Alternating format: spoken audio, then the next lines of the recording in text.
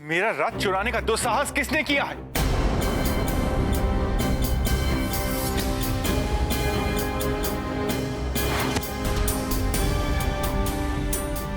गुरुदेव प्रणाम। गुरुदेव, मैंने देखा है उन्हें। वो गुरु माता के भेष में कोई राक्षस स्त्री थी।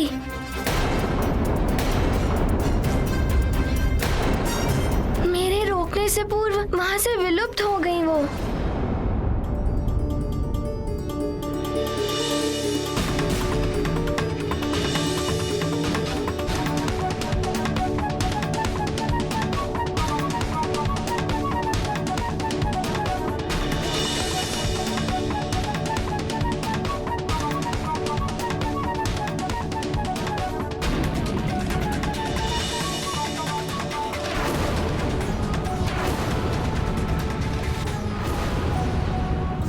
मैंने उन्हें ढूंढा भी, किंतु उनके बारे में कुछ ज्ञात नहीं हो सका।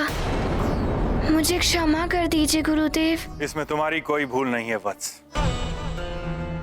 छद्मवेश से तो देवता भी चले गए हैं। गुरु माता के प्रति तुम्हारी श्रद्धा और भक्ति भाव का लाभ उठाया है उस राक्षसी ने।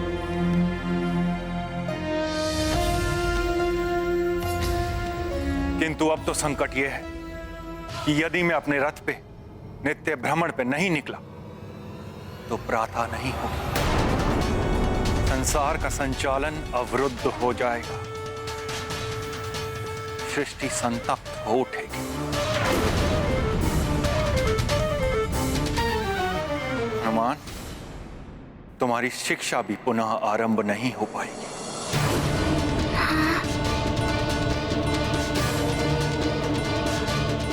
किंतु गुरुदेव, किसी अन्य नहीं हनुमान, वो दिव्य रथ और वो दिव्य अश्व ही मेरी रश्मियां हैं, जिनसे पूरी सृष्टि को प्रकाश एवं ऊर्जा प्राप्त होती है।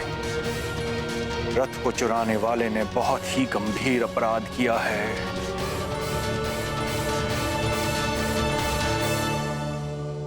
गुरुदेव, मेरे नेत्रों के समक्ष ही उस राक्षसनी ने आपका रथ चुराया है। वो कहीं भी गई हो, मैं उसे अवश्य ढूंढ के लाऊंगा आपके पास। आज्ञा दे। नहीं हनुमान, रथ की सुरक्षा का दायित्व तुम्हारा नहीं। तुम तो यहाँ एक शिष्य के रूप में हो। हाँ हनुमान, तुम्हारे गुरुदेव सत्य कह रहे हैं, ये कार्य तुम्हारा नहीं है। अब मुझे शीघ्र ही इंद्रदेव के पास जाना होगा। केवल वो ही इस विषय में मेरी सहायता कर सकते हैं, अन्यथा अनर्थ हो जाएगा। मैं स्वर्गलोक के लिए प्रस्थान करता हूँ देवी संज्ञा। आप इन बालकों का ध्यान रखना। अवश्य स्वामी। प्रणाम। प्रणाम गुरुदेव।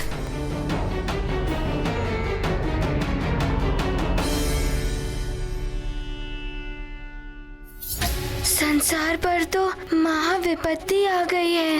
गुरुदेव ने मुझे कुछ भी करने से मना कर दिया है। क्या करूं मैं? ओम मनस्तुके तनिये मानायुषी मानगोषु मानोश्वशु रीरषा मानविविरान रुद्र भामिनो व्याधीर विष्मन्तः सदमित्वा हवामहे। ओम अस्त्राय फटू।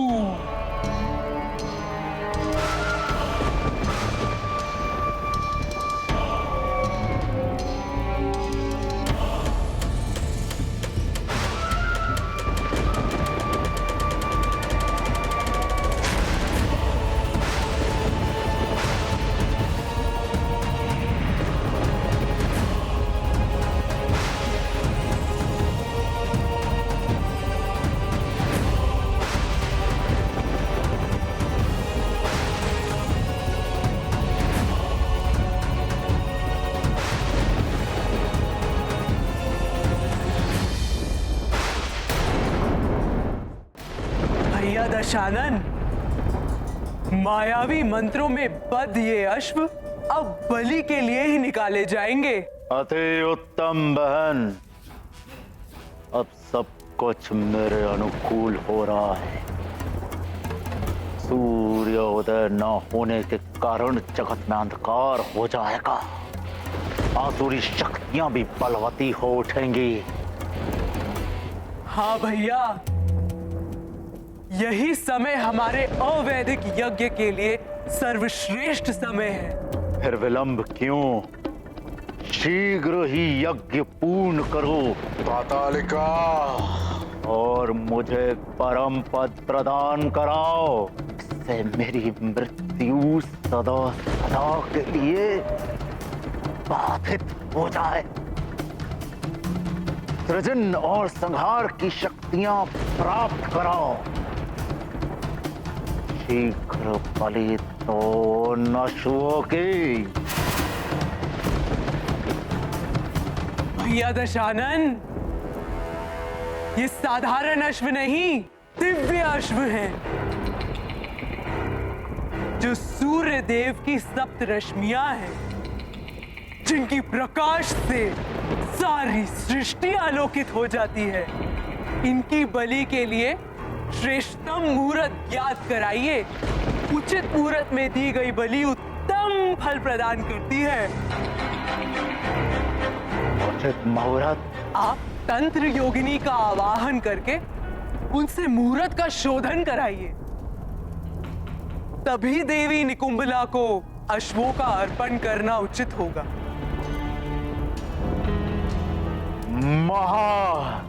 मायावी योगिनी, प्रकट हो।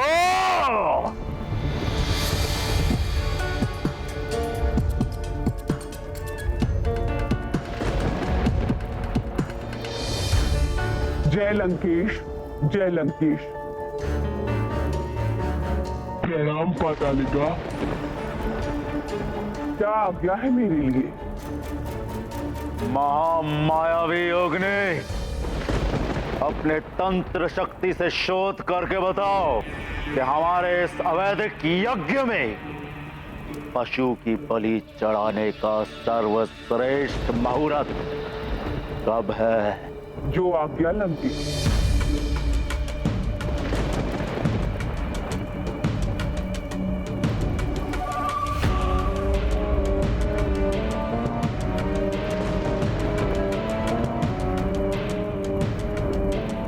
लंकेश, इस यज्ञ में बलि देने के लिए सर्वोत्तम मुहूर्त 5 प्रहर के पश्चात केवल 7 क्षण के लिए है।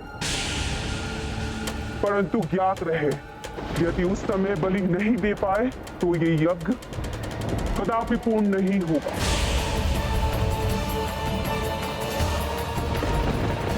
उचित है, हम 5 प्रहार के पश्चात ही बलि चढ़ाएंगे।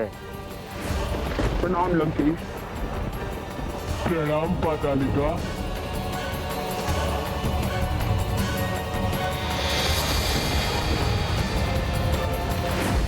उग्रदंत, उग्रदंत, आसुरी शक्तियों के अत्याचार तो जगत में आरंभ हो ही चुके होंगे, परंतु तुम दोनों को एक और आवश्यक कार्य करना है।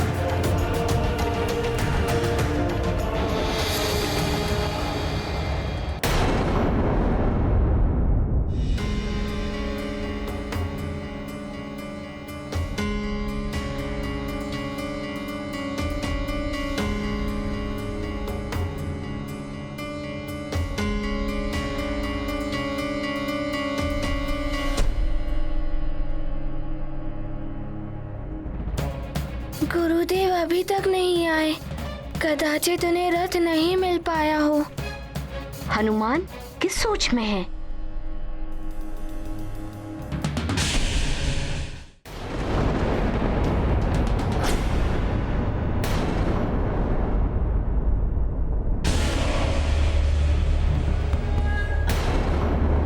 ये क्या?